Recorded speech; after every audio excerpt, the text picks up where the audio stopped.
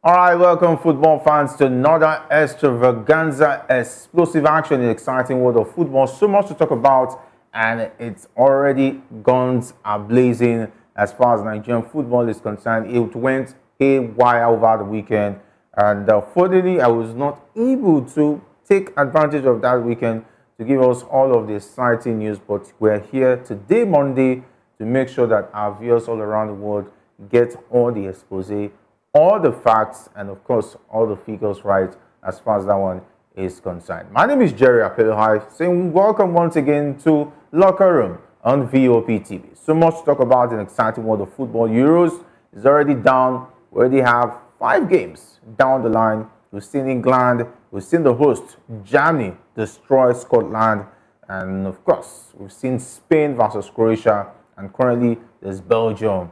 And Belgium is finding it difficult, and some have criticized England as well. That and more we'll be talking about. But the biggest one out of Nigeria, and for fans of, they say, keep it local. And we have to say charity begins at home. It's a full house once again. I have James, definitely makes a return on the show this evening. So much to talk about in the exciting world of football. Yeah, very good evening to you, Jerry, and also our viewers all around the world. An exciting weekend, a very busy weekend, both in the Nigerian space and also outside Nigeria. In the Euros also, a wonderful set of matches. I think about 7 matches have been playing currently, and we have been seeing that's been going normal. We have been, the top teams have been delivering, and also the underdog are also coming out. They are springing out. We saw against Albania and Italy scoring the early goal. Albania scoring the early goal, but Italy coming to turn the hands of time and coming out victorious in that very one. A shaky win. And yesterday we also saw England also against Serbia. I'm sure many people expected England to be coming out with the particular set of players they have currently. We're expecting a large number of goals, but it ended up in just a goal difference for England. Well, I'm sure as the competition goes on, we are sure we'll be expecting much more drama. And currently, Belgium are already losing to a Slovenia side. A surprising one if it continues like that. But that's the essence. We just want to see a lot of good football. And also, the Osimhen, Finidi, and NFF drama also on through the weekend. That was actually a very shocking one. Nobody saw that one coming. I was expecting much more drama, but I didn't expect Osimhen to be on live. But we'll talk about more of those when the show goes on. All right, of course, the fireworks are ready. We are ready to spark them as far as the show is concerned. Of course, we continue to appreciate all your comments on our sister programs. And of course, since last week, we've been getting comments from all around the globe about the saga between Osimhen. It was not Osimhen, it was between Finidi and NFF before the Osimhen saga joined in this time around. And of course, I know Maiwa has appreciated what has happened so far, but we didn't expect that it was going to be this ugly. Maiwa, great to have you on Locker Room.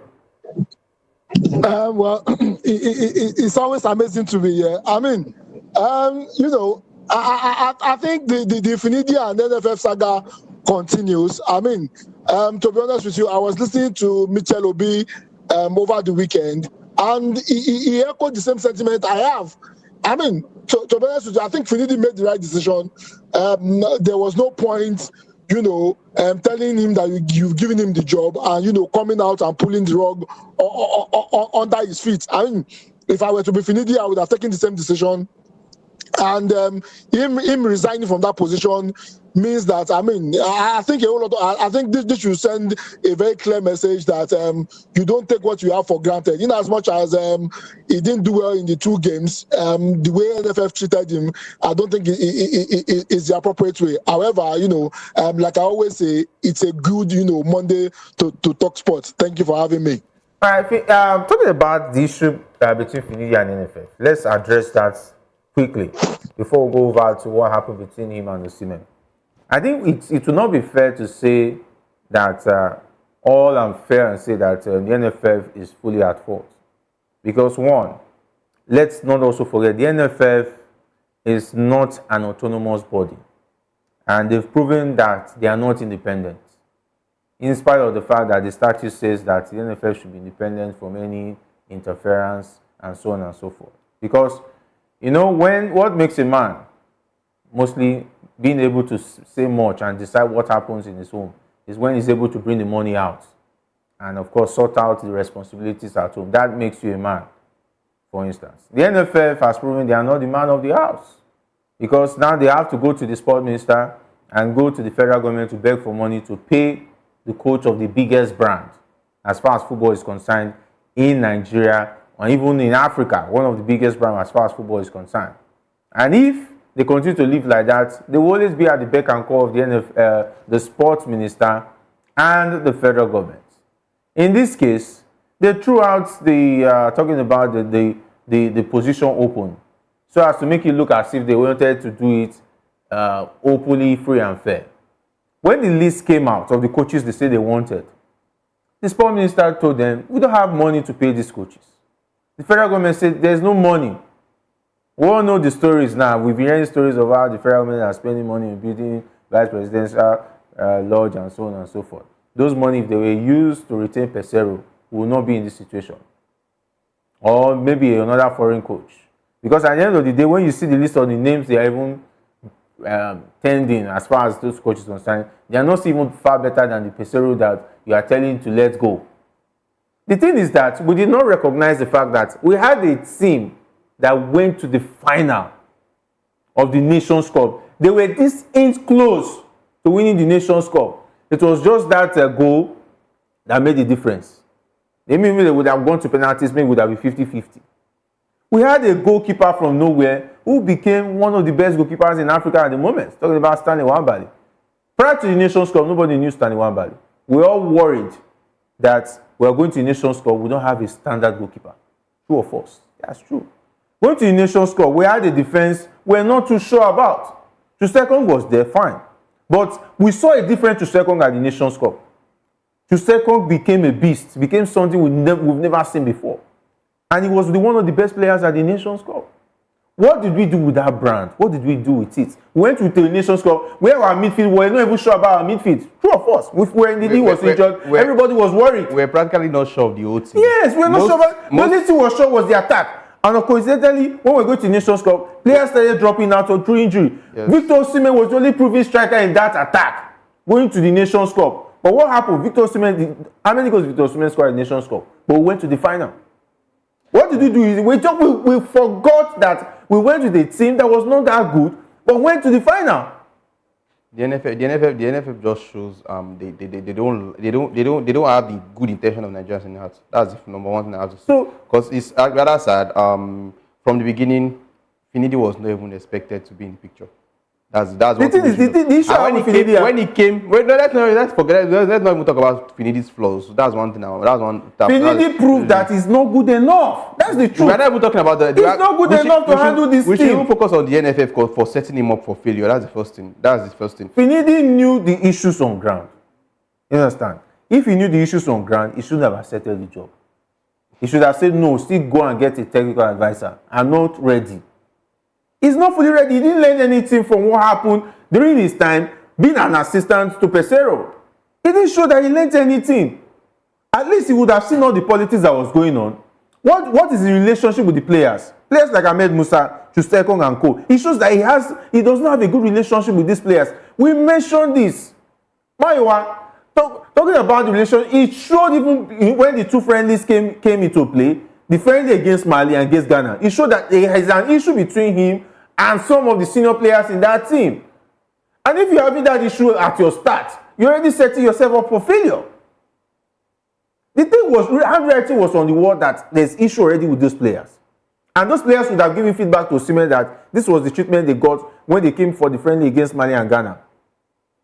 You get? And that is what I feel would have infuriated Osimhen immediately when he heard that story. He didn't want to find out whether it was true or not. There's already bad blood between him and some of the senior players in the team. Sure.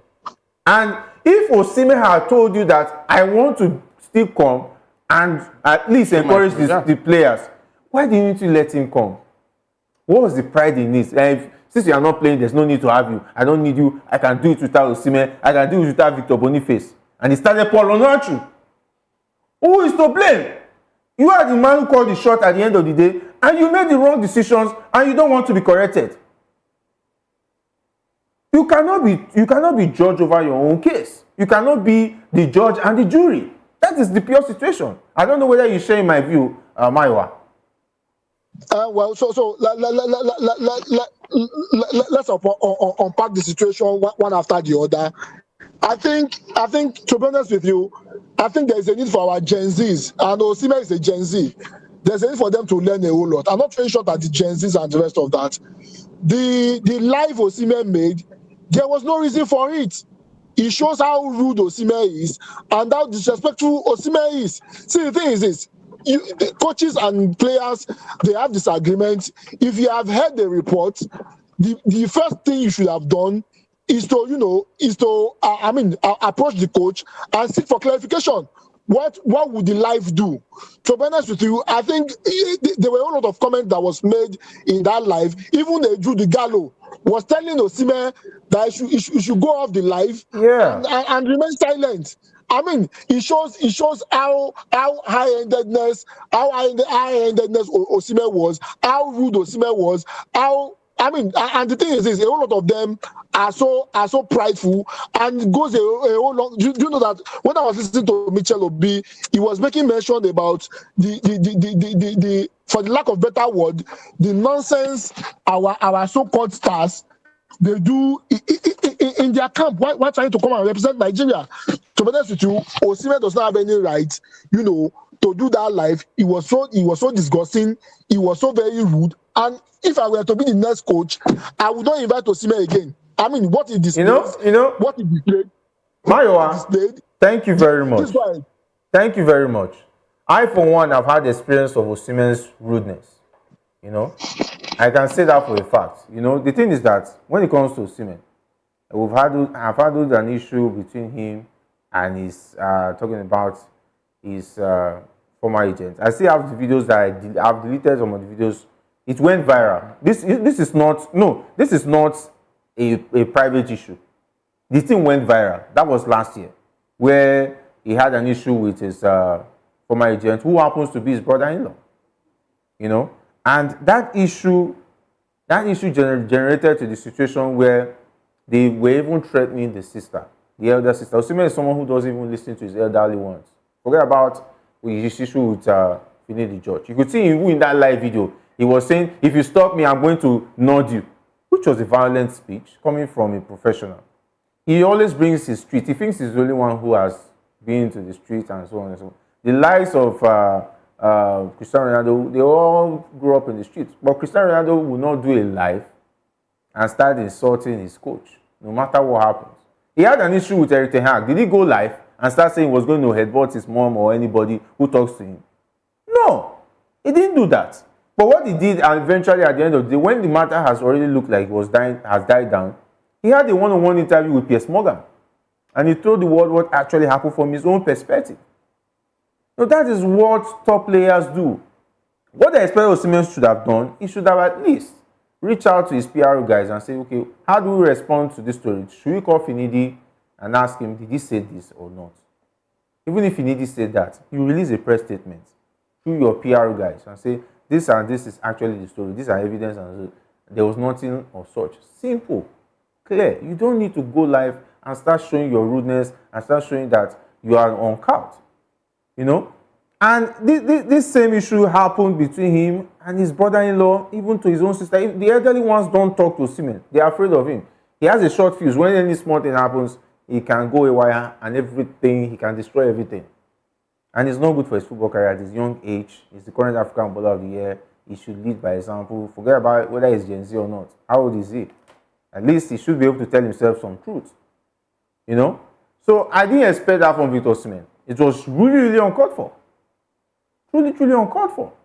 And now everybody's waiting for his apology. He's saying a happy birthday shout out to Johnny. No, according to what I saw this morning, I think Iman Finidi already had a private conversation. I think that was squashed. To an extent, I think the media also should take some of the whoever posted the first. That's what all these cheap bloggers do. I think yes, you should know cheap bloggers who always want to incite and Finidi Osimhen also should have acted more maturely about the whole situation. What he later did, that if I thought they already had the conversation and they spoke, I think that was that done first. Contacting Finidi and them having the conversation. But I think at that moment he was not thinking straight. He just wanted to air it out. And I still feel there's no smoke without fire. For that to have gotten to whoever posted it, I think there's still something going. The NFF, I don't think this Eagle side is what we are seeing. There's a lot of drama going on the ground that we are not seeing. There's a lot of drama. For Osimhen to pick up his phone, I don't think it's just because of what that guy posted. The thing is that there are things that happen that and let's not forget worse than this. That players didn't go. Let's not forget. We are talking about this. Let's not forget. I saw on news was it on Saturday or Sunday where Ibrahim Gusa, that's the NFF chairman, saying he was not aware Finidi has resigned, and I think it was after 24 hours or after 48 hours that Finidi have already dropped his resignation letter that Ibrahim Gusa is coming out to say he's not aware that the coach of the Super Eagles has resigned. To show you that there's a lot of drama going on in the NFF. But the issue of Gusa has proven that he's one man who likes to deny his responsibility. If the one thing I know is if the head is not functional, you don't expect the remaining part of the body, the remaining part to do well. For the head of the NFF to come out to say this, the coach of the Super and he said the Super Eagles. We're still not here. Last week I said that the NFF president was making a press statement telling us that they were going to make holistic changes, that Finidi was still in charge. When there was already a communique that was already coming out, that some of us have had a preview of it, and already telling us that there is going to be a technical advisor, that Finidi was going to step down. One of the reasons that Finidi gave out that he resigned was because he was in a meeting with the NFF and the sport minister and everybody for over 3 hours. Not for once was it mentioned that he's going to be stepping down as the head coach of the Eagles. Only for him to come out, and I think it was after a day or 2 days after. It was the next day we got the information that, okay, a new technical director will be appointed. Finidi George will be stepping down to the role of the assistant manager, and any 15 will be any 5 million. He said he said he was going to he gave them like 24 hours or 48 hours for him to be contacted, to even hear from their side. I don't know if it's true, if there's a new development, and he got no information. So why will NFF be in a meeting with the head coach for over 3 hours? Nobody made mention of, bros, if like say we go demote you. Nobody made mention of that. He got to his house only for him to be seeing it on the news that, okay, you are stepping down from your role. Your salary has to be 15 million, now will be 5 million. And nobody from the NFF was let me say, man enough to even contact him. When they wanted to when they were negotiating him becoming the head coach of the Super Eagles, I'm sure they didn't do it through the media. It was through face-to-face or whatever means of communication they used. I have seen the news on social media that, bros, I'm losing my job. It's so sad how the NFF have been handling issues. And I'm still saying it. The NFF, once the NFF don't fix their selves, or the back room or whatever, they don't fix their organization in order, I don't think the Super Eagles will be doing well, because we'll be replicating whatever the head is not good. Whatever comes down, whatever the outcome is, it's not going to be good. The Osimhen issue is just, I'm sure it's not just what we saw online. There's more to it. It was really messy. There's more to it. You cannot just see one information on one blogger and you take it up and you go take your phone and go live. There's more to what we are hearing. It's not just one guy that said it. Yeah, I think with the way it has gone so far, so good, it looks like we are in a dilemma. And those who are managing information at the NFF are proving that they don't know how to do the job. They don't know how to run football situations. And now we already have a murky situation ahead of the September qualifiers. What next? What next are we going to be looking forward to? Because now whoever is going to be given the job as the Super Eagles coach will have a lot of work to do in terms of trying to bring the players back together and try as much as possible to resolve the internal issues, because September is just around the corner. And if things continue like this, we might be a situation where the players might not even want to even play for the Super Eagles. The players might not even want to turn up, knowing that the NFF might not manage their information very well. It's not like these things were not happening during Pesero's time, but it shows that there was somebody who was in charge, who knew how to professionally make sure that these things does not come to play. And let's not forget, some of these players, they don't respect local coaches. That is one thing. It's not left for the local coach to be able to manage the situation and make sure that nothing gets out. It doesn't get messy.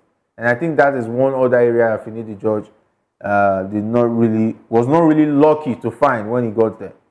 And what's the way forward, Maiwa? Jerry, the first thing is, and what I'm about to say might sound a bit odd. The first thing is this: Osimhen should be banished from the national team. I think that should send a whole lot of message to our boys. No matter who you are, the country comes ahead of you. I mean, for heaven's sake, yes, you are the African Footballer of the Year. There were a lot of people that have won the African Footballer of the Year in Nigeria ahead of you.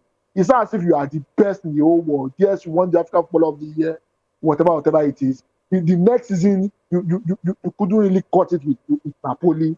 I don't understand why you are raising up your shoulder. Yes, Finidi might have had his step, but this person has achieved a whole lot than you as a player. So the first thing is Osimhen there should be an example made of Osimhen. Osimhen should be banished from the national team. Without Osimhen, the Super Eagles will function, and that's just the basic truth. I mean, we've said it over and over again. If Osimhen is injured today, the Super Eagles will not pack up. And right, that will be talk for another day. Banishing Osimhen will be a big call because whether they like it or not, if the next coach comes and he banishes Osimhen and the team fails to deliver, a lot of people will go back to why did you banish Osimhen? Okay, go ahead. No, see, the simple truth is this. The simple truth is this. Osimhen cannot be bigger than the national team. What he has displayed so far, even if I were to be Arsenal, another club that is interested in him, I'll be skeptical a bit. Look at Jadon Sancho. Look at what he did over the social media. Where's Jadon Sancho today? He's not even part of the English national team. They need to begin to teach these boys how to behave. So he should be banished from the Super Eagles. If he doesn't play, the Super Eagles will not collapse. Yes, we might not have his quality, but we can make do without him. That's the first thing. The second thing, which is very, very important, is this. The reason why we're having this debacle is because, and we have established it over and over again, Finidi George was never the choice of the NFF. Because of the shouting of the public, because of the clamor, because of the whole talk, that was the reason why they appointed Finidi George. We have established that they set up Finidi George for failure. And that's the reason why a whole lot of things went wrong. I'm not holding blame for Finidi George. Finidi George, laid his bed. He didn't do well in the 2 games. And the rest of that. The first thing is this. We need to first of all get it right at the board level. The board level that I'm talking about is the NFF. Like James rightly said, if we don't get it right at the NFF level, we continue to rigmarole around the same circle again. So the thing is, I was listening to Mitchell Obi over the weekend, and one of the things that he echoed, which I'm a big fan of, is this: you are firing Finidi George. You should have hired another Nigerian. Are you saying there is no Nigerian that can deliver a better result for us? Are you saying the new guy you are bringing will be able to deliver a result so spectacular that we have never seen before? Those are the things we should answer. The thing is that it's easy to say you should hire a Nigerian coach. Let's not forget. The issue here is that will the coach get the respect he deserves? Will the coach have the necessary CV? Because, for instance, the reason why Finidi George was given that job, because one, he's a legend of the game, and he has been with the team for years. And the only other coaches you'll be talking about, maybe you talk about Amunike. And now with the way the thing is messy, if I'm an Amunike, I will run and avoid that job. With all due respect. For now, if I'm Amunike, I will not accept that job now. Maybe I'll wait. I'll wait for my time. Yeah, Jerry, sorry, I'm cutting you short.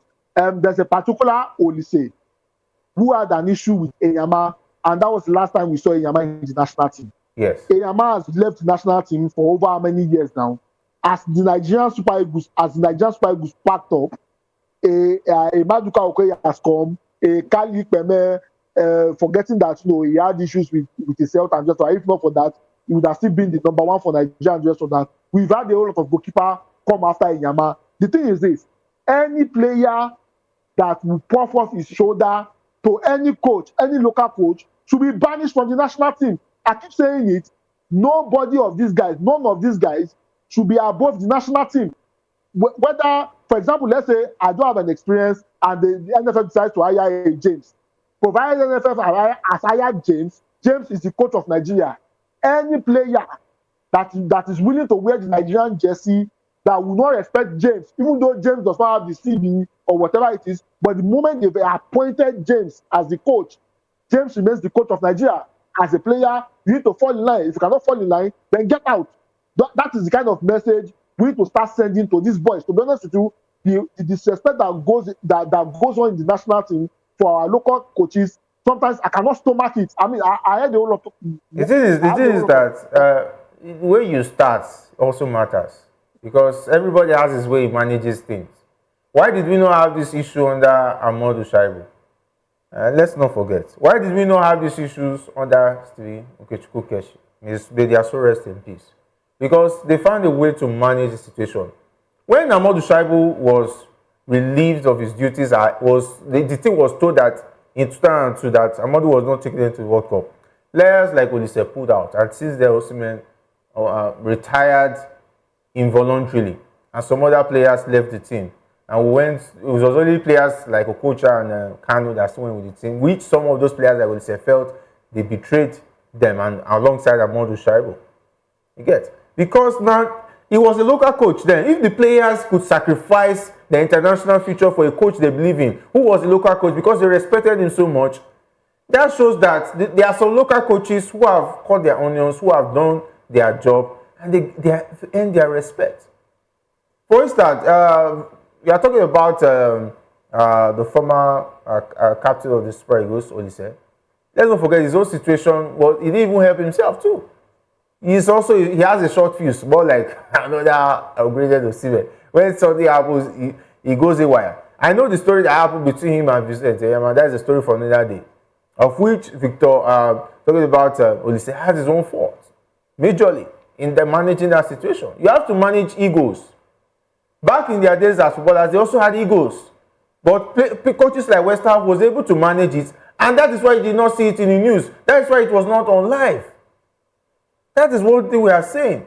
You as a coach, you are a manager of different kind of human beings. You have to sit up. Coaches like Mourinho manages egos every day. And we know how he deals with them. He dealt with players like Mario Balotelli.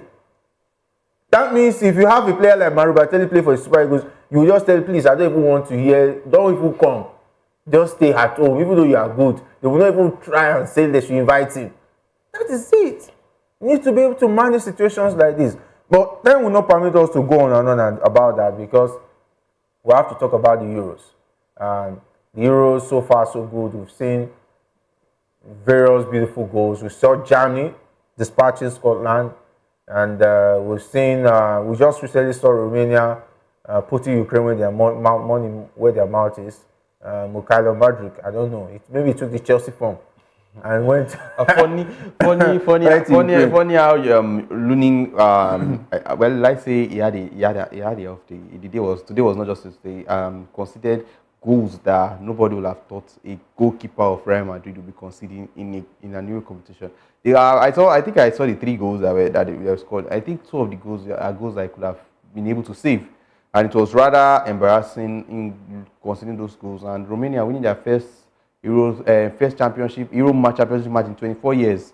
Rather, I think that's surprising. Congratulations to Romania; they did very well, and not just Romania. And the Euros have been living up to the expectations. You guys are talking about Scotland coming and causing an upset for Germany. I'm telling you, the Germans are playing in their home. They are playing in front of their supporters. They have a lot to play for. Have you seen what their midfield looks like?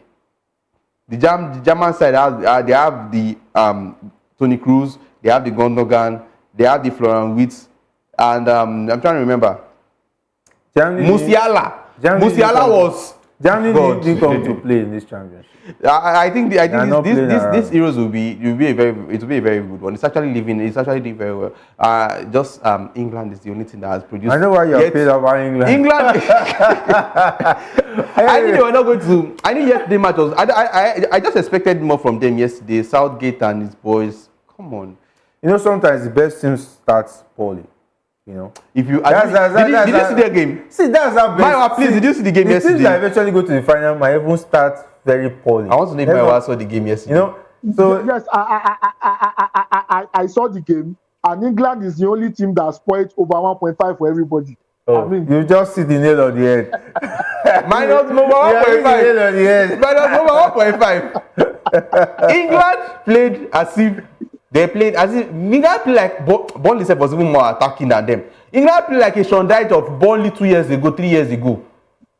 I mean, their shot on target was very limited. They only had another clear chance in the second half, the one that Harry Kane, headed the Yes. and the keeper palmed. That's the only attempt. I said the Bellingham goal, and it was rather very embarrassing. You have. I mean, they were so disappointing yesterday.